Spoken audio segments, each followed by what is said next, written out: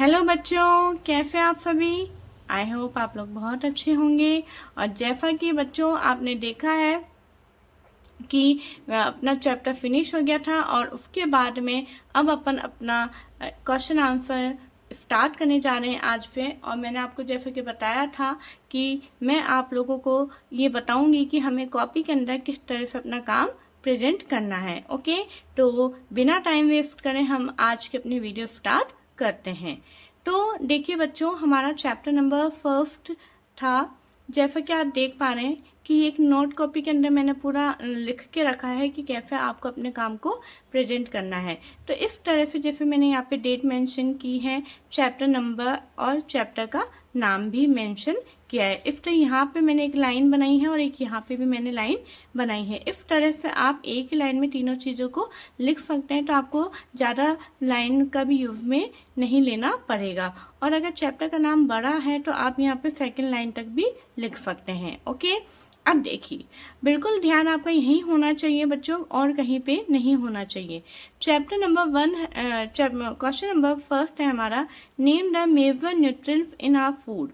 याद है आपको जब अपन ने वीडियो में देखा था कि हमारे जो फूड के मेजर यानी मुख्य जो न्यूट्रिएंट्स है वो कौन कौन से हैं, कितने टाइप्स के थे। आई होप अगर आपने वीडियो देखी है तो आपको ये जो है चार्ट याद आ रहा होगा, है ना। उस समय मैंने आपको बोर्ड पे भी बनवाया था। अगर आप लोगों ने पहले ये वीडियो नहीं देखी है तो मैं रिक्वेस्ट करती हूँ आप लोगों से कि आप लोग इस चैनल पे जाइए, प्लेलिस्ट में जाइए और वहाँ पर जो है आप इस चैप्टर का आप पार्ट 1 पार्ट 2 इस तरह से देख सकते हैं।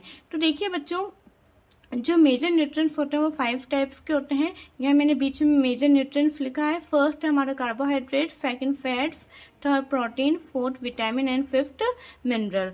ठीक है बच्चों, तो अब आप ही देखिए बच्चों की लिख तो मैं सिंपल भी तरीके से सकती थी, लेकिन मैंने इस तरह से बनाया है तो आप देखिए कितना अच्छा लग रहा है। कलर्स आप अपने हिसाब से भी फिल कर सकते हैं, मैंने अपने हिसाब से फिल किए हैं।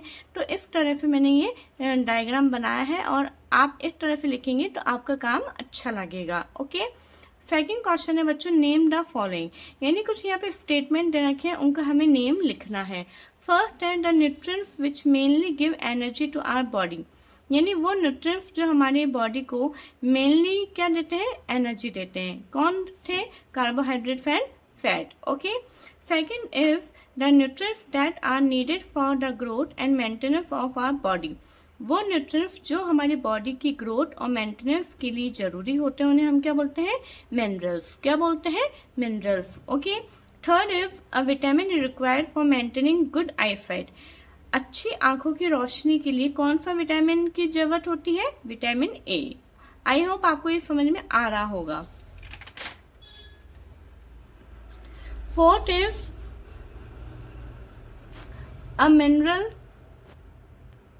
That is required for keeping are bones healthy, यानी वो मिनरल जो हमारी हड्डियों की मजबूती के लिए जरूरी होता है उसको हम क्या बोलते हैं, कैल्शियम बोलते हैं। क्या बोलते हैं, कैल्शियम।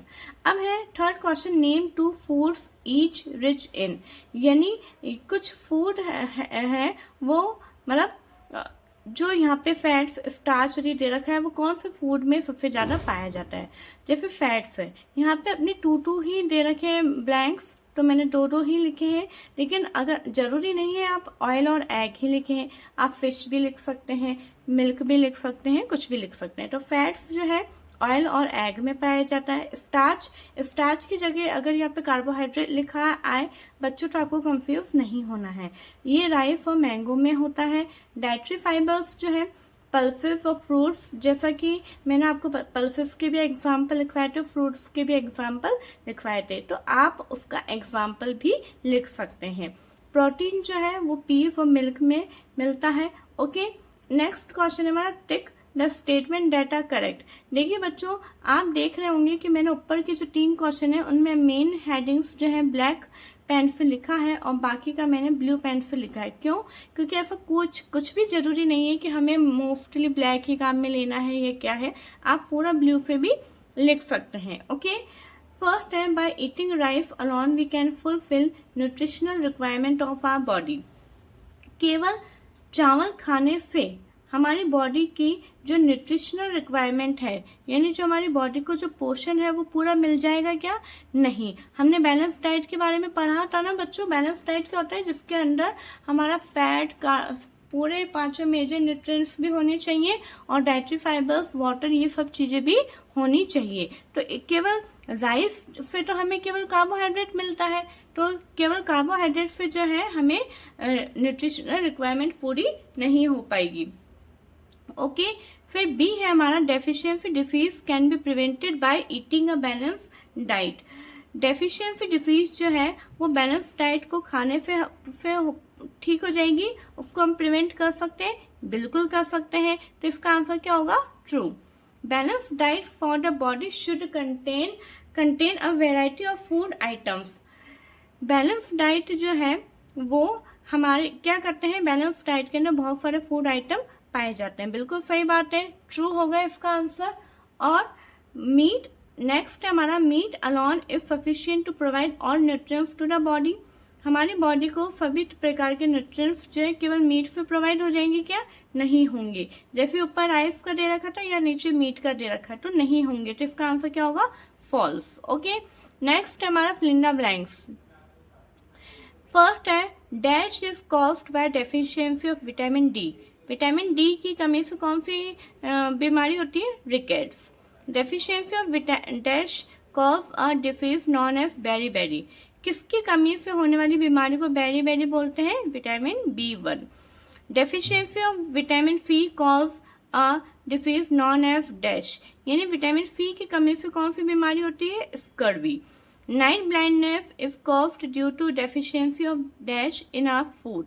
नाइट ब्लाइंडनेस जो है वो कौन से किसकी कमी से होती है? विटामिन ए की कमी से होती है। तो और फिर आप देखिए बच्चों, लास्ट में जब अपने सारे क्वेश्चन आंसर हो गए, मैंने पेंसिल से 2 यहाँ पे अंडरलाइन करिए। इसका मतलब क्या है? आपका यहाँ पे चैप्टर एंड हो गया है। तो इन छोटी छोटी बातों का आपको ध्यान में रखना है और राइटिंग आपकी बहुत अच्छे से होनी चाहिए। ओके बच्चों, तो आई होप आपको ये क्वेश्चन आंसर समझ में आए होंगे। कोई और प्रॉब्लम हो तो आप जरूर से बताइएगा। कुछ भी क्वेश्चन अगर नहीं समझ में आता है तो आप प्लीज बताइएगा। ओके, अगर वीडियो अच्छी लगे बच्चों तो please like, share and subscribe करिए। Thank you.